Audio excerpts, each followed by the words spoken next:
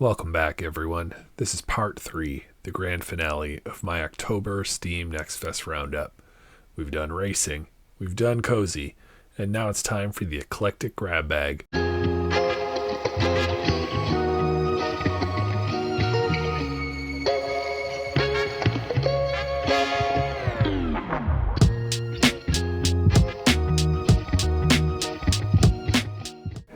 This video is filled with 15 demos that are all over the map, and that's where we find some of the most interesting gems. We'll be looking at a mystical Russian diesel punk simulator that's like Portal meets Power Wash Simulator, a new Marvel beat-em-up from the developers of Teenage Mutant Ninja Turtles Shredder's Revenge, a 2D Western Souls-like, and for some reason, 3 different volleyball games. It's a wild list. Let's get going. The Lift Supernatural Handyman Simulator. Kicking off this video is The Lift Supernatural Handyman Simulator. It feels like a mix of Portal and Power Washing Simulator, but with a heavy dose of future Russian diesel punk vibes. It's a first-person cleaning and fixing simulator where you're a handyman fixing up a derelict research facility. The fact that I could fix things at my own pace instead of working on a deadline made it a great experience for piecing the story together. Tombwater. Tombwater is a Souls-like, dripping in the browns and oranges of a 2D Western theme, but full of eldritch horrors. There are a variety of character roles and weapons, so you can choose how you strategically interact with the enemies.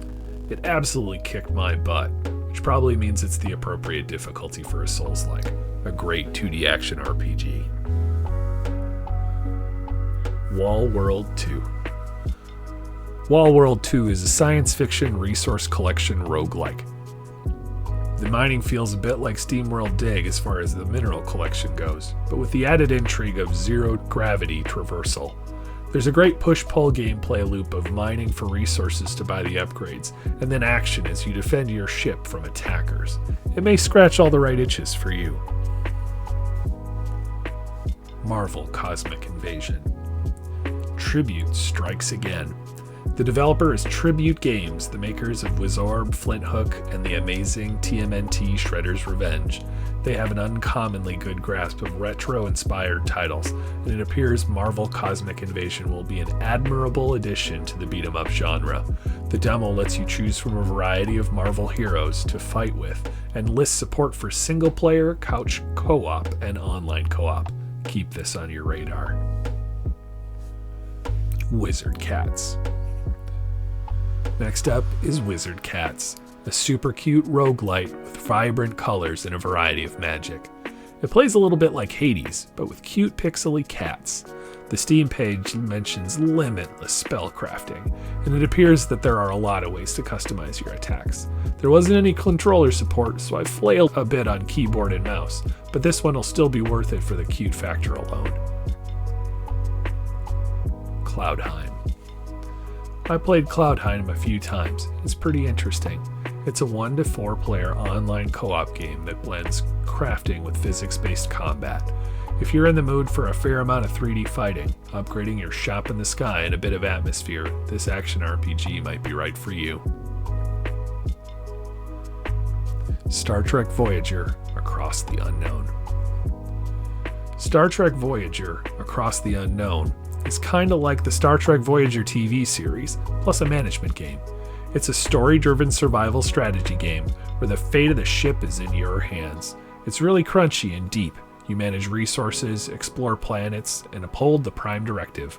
I'm excited that someone has made a Trek game that really gets into that level of strategy. Lock your wishlist phasers on this one. Coven All Powerful.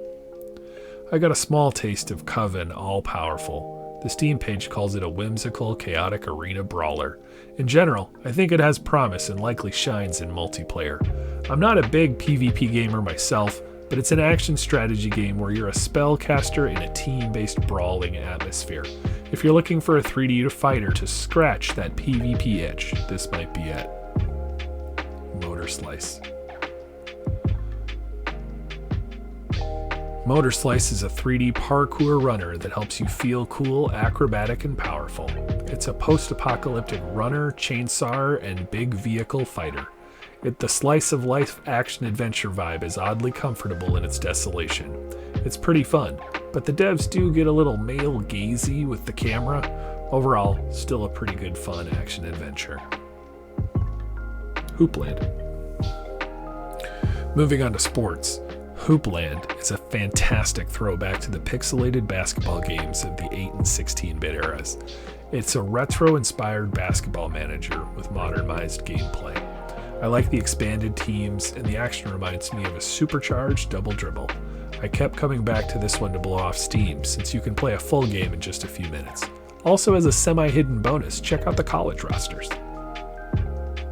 Skate Story. Whereas Ollie Frog Toad Skater was cute and chill, Skate Story takes the genre and adds surrealism, philosophy, and a dark academia vibe. The Steam page says you're skating through the underworld to destroy demons. The art has a haunted atmosphere, and the story of being bound to eat the moon is both intriguing and ridiculous. Kudos to Devolver Digital for finding games that take chances like this. Cairn. For as zany as the multiplayer Peak tries to be, Cairn is a beautiful, picturesque, but still approachable single-player version of climbing. It's a survival climber from the creators of Fury. The colors are bold but natural, and the vistas alone might be worth it. It's all about planning your route carefully, managing pythons, and surviving the ascent of a lifetime. Smash It Wild. Smash It Wild is a really interesting mix. It's a turn-based tactical game that combines volleyball and dodgeball in a fantasy universe.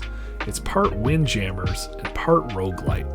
I was a bit confused by the tactics, but the bright, colorful art style and unique theme might be enough to keep me interested in this turn-based game. Hangtime. Hangtime is a volleyball game with roguelike elements, and it has the look and feel of QWOP without the insane difficulty. As you move through opponents, you gain new skills. The Steam page says every rally hits like a boss fight. They're not exactly wrong. Don't let the goofy animation fool you. Some of these opponents will rub your face in the ground and trash talk you while they do it. Thunder Spikes Volleyball. Finally, Thunder Spikes Volleyball offers a more strategic sports experience. This one is less of an arcade game and has a higher learning curve. There's an in-depth tutorial to teach you about player types, skills, and how to direct the ball during rallies. You can play single matches, arcade challenges, or a full career mode. For the real volleyball fan, it all appears to be here. And that is a wrap. That's the final 15 demos, and that concludes my 3-part coverage of this massive October Steam Next Fest. Across all 3 videos, we've covered 41 games, from high-speed racing to cozy builders, and now this action-packed finale. This last batch had some fantastic games, but my personal hidden gems were the mystical diesel punk of The Lift, the pure arcade fun of Hoopland, the beautiful surviving climbing of Cairn, and that tough-as-nails Western Souls-like Tombwater.